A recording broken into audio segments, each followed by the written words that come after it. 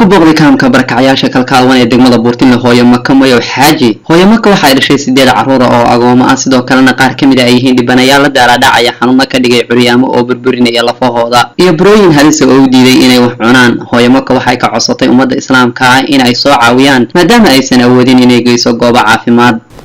Salaamiya walaalaha muslimiinta salaamiya. Hooyo waxaan ahay agoon haysato oo qaarna xanuunsan yihiin 8 carruur bay ka tirsan yihiin carruurta 3 baa iga xanuunsan waxaan ku leeyahay markay iska dhacaan iska jabaya lafooda jabayaan jabadana waxa iga sii diray gabar oo 15 jir ah oo ka soo baxay dhuunta waxay uga soo baxeen oo biyaha madow waxay laqdaysan lahayn waxaan u baahanahay walaalaha muslimiinta gabadhaas dhakhtarka in la ii geeyo oo la soo caabiyo oo wax la ila qabto waxay caabiyo si jiran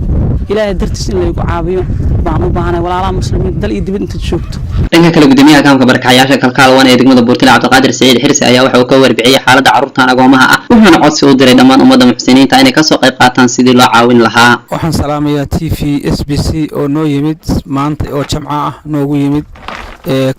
kaamka kalkaalwan oo noogu yimid dad jiran awgood oo xanuunsan oo TV ka qaadayo waanu mahad celinaynaa Ilaahay subxaanahu wa ta'aala ana mahad ka gaadho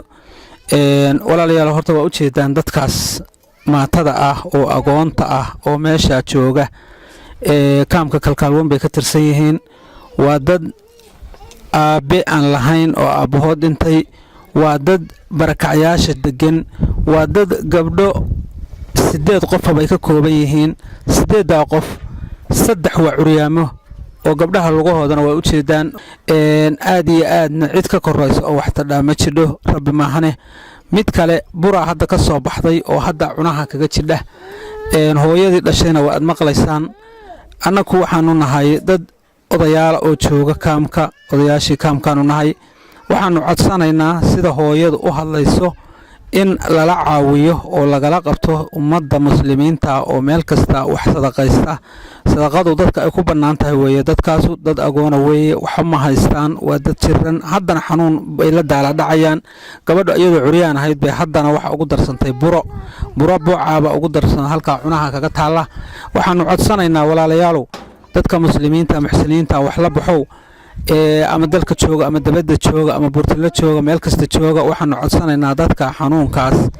in wax nala kala qabto oo dadkaas loo soo tabaruco oo dadka hooyada lagala soo xiriiro iyo idaacadda SBC-ba. ugu dambeyntii Sheekh Daahir Faarax ayaa sheegay in ay yihiin dadka ugu mudan in la caawiyo loona baahan yahay in ay dadka muslimiinta ah ka qayb qaataan sidii loo caawin lahaa loona geyn lahaa goobo caafimaad. ilaahay wuxuu subxaanahu wa ta'aala wa ta'aawanu 'ala al-birri wat-taqwa wa la ta'aawanu 'ala al-ithmi wal-'udwan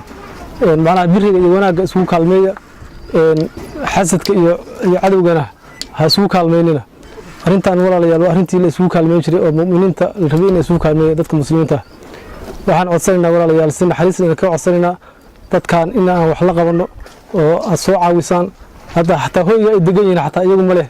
dad kale oo macnaha ehel ah oo ama dadka kaamka kamid ah bay ka degan yihiin guriga ku kaalmeeyo caa'iladooda ah waxay u baahan yihiin daawo waxay u baahan yihiin ka warqab waxay u baahan yihiin hooy wax walba oo macnaha qof bini'aadam u baahan yihiin nolosha bini'aadamka dhammaanteed in laga kaalmeeyo u baahan yihiin waxaan idinka codsanaynaa marka walaalayaal mar labaad iyo mar saddexaadba inaad waxa weeye carruurta agoonta ah aad soo kaalmayno oo aad soo kaalmaysaan ciddii ilaahay awooddaa siiyey. carruurtan agoomaha ayaa waxaa ku dhacay xanuuno burburinaya lafahooda waxayna u baahan yihiin caawinaadda ummadda islaamkaas sidii ay dhinac uga raaci lahaayeen barbaarta asaagooda. Sharmaarke Cabdiqaadir Maxamed Sharmaarke Shiine SBC TV magaalada Buurtine.